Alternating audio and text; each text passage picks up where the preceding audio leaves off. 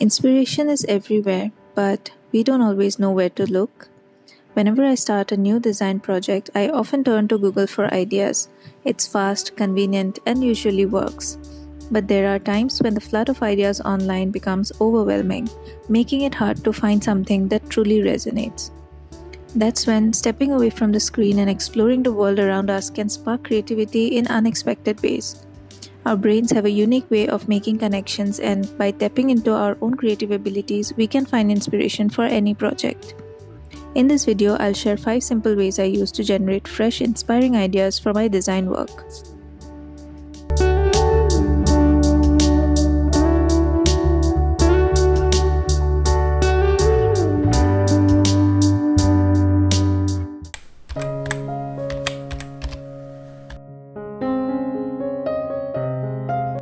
A secondhand or thrift bookshop visit is all about uncovering unexpected gems that spark creativity.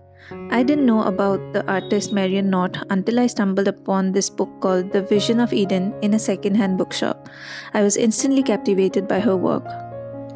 Upon reading, I got to know that she traveled all across the world in the 1870s as a solo female traveler and painted the people, places, and plants that she saw. Her beautiful botanical compositions, the vibrant details, and her artistic vision made me buy the book immediately. It opened up new ideas for my own design work. I made a few sketches inspired by some of the flowers that were new and unknown to me before getting this book. I usually draw outlines around my flowers, but here I am inspired by the paintings to draw without outlines. I plan to use these flowers in future pattern design projects.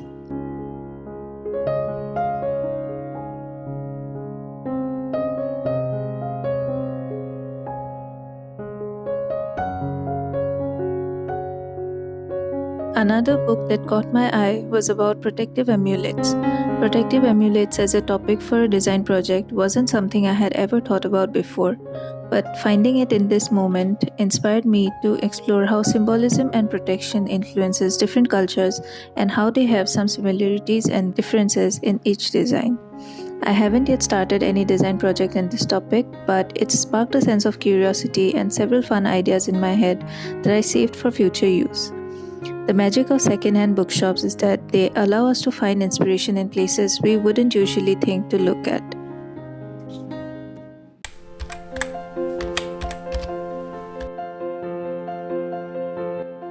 Taking nature as muse is all about embracing the spontaneity of nature and letting your surroundings surprise you. I recently went for a walk in an unknown park without any expectations or prior knowledge. I just wanted to clear my head and see what caught my eye. As I wandered, I noticed the intricate textures of tree barks and vibrant colors of leaves, things I would normally overlook. Each tree seemed to have its own personality, from the twisting branches to the weathered, textured trunks. The natural patterns and organic shapes I found during that walk sparked new ideas for my designs. I made a few texture brushes out of tree barks that I collected in the park. Sometimes, simply being present and open to what nature offers us can lead to unexpected bursts of creativity. Translating inspiration from nature into artwork is a very organic process.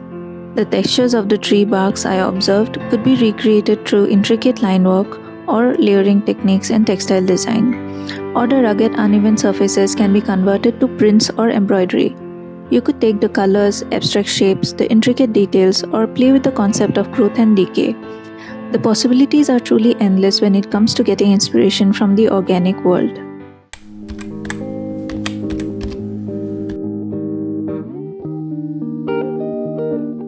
Using old ideas can be a powerful way to fuel creativity. By revisiting past projects with fresh eyes, we can discover incredible new potential. Recently, I found myself looking through some artwork I had created over a year ago, which I hadn't thought much of at the time. And when I revisited it, I saw possibilities I hadn't considered before. I used that old artwork as a foundation for a new pattern collection, transforming forgotten designs into something fresh and exciting. When we step away from our old creations and come back later, we see them in a whole new light. What might have seemed incomplete or uninspiring before can evolve into something entirely new, sparking ideas and creative directions we didn't originally anticipate. When revisiting past work, we're not starting from scratch. We're building on a foundation that's already been laid. Sometimes an idea that didn't quite come together before just needs a new perspective or a different approach.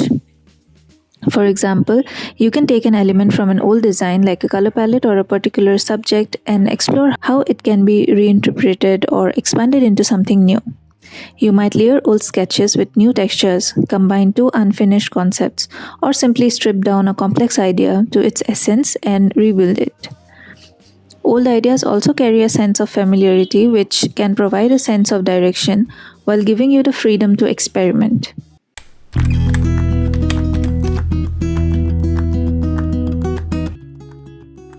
Printed media can be another source of creative inspiration, especially when you're looking to tap into the latest trends.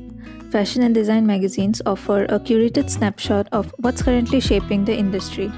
As I flip through these pages, I'm not just looking at the surface of trends, I'm seeing how colors, textures, and forms come together in innovative ways. It's easy to spot patterns in what's trending, whether it's a resurgence of vintage aesthetics, a shift towards minimalism, or bold new experimentation with materials and sustainability.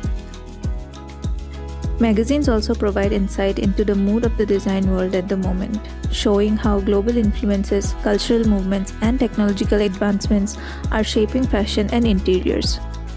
This helps me to think beyond my own work and consider how I can incorporate or challenge these trends in a way that feels fresh, relevant, and aligned with my vision. Another way I love to find inspiration is by creating mood boards from various magazine clippings. Instead of sticking to just one theme or source, I like to combine separate images from different magazines, fashion, interiors, in travel, or art publications. This mix and match approach often leads to unexpected connections and fresh ideas.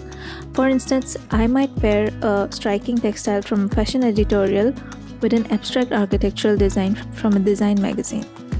The juxtaposition of these unrelated elements helps spark new ideas, new design concepts that I wouldn't have thought of otherwise. It's like creating a visual collage of inspiration where textures, colors, and forms from different worlds come together, leading to something unique and exciting. This creative process allows me to step out of the usual design boundaries and explore new, unexpected directions.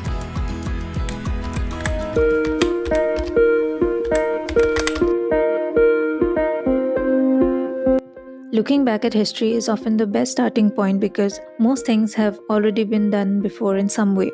But that's where the beauty lies. Taking what's been done and viewing it with a new set of eyes. Historical monuments, with their intricate carvings, grand architecture, and rich cultural significance, are filled with stories waiting to be reinterpreted. Studying the patterns, craftsmanship, and symbolism behind these monuments that portray the story of a specific time period is a beautiful way to bring history into contemporary design. These handmade walls of old buildings and monuments are rich with intricate details that reflect the craftsmanship of that era. Every brushstroke and pattern tells a story, from the culture and beliefs of the people to the material and techniques they used. What fascinates me most is the imperfection and authenticity of these hand-painted surfaces, the unique style that differs from one place to another.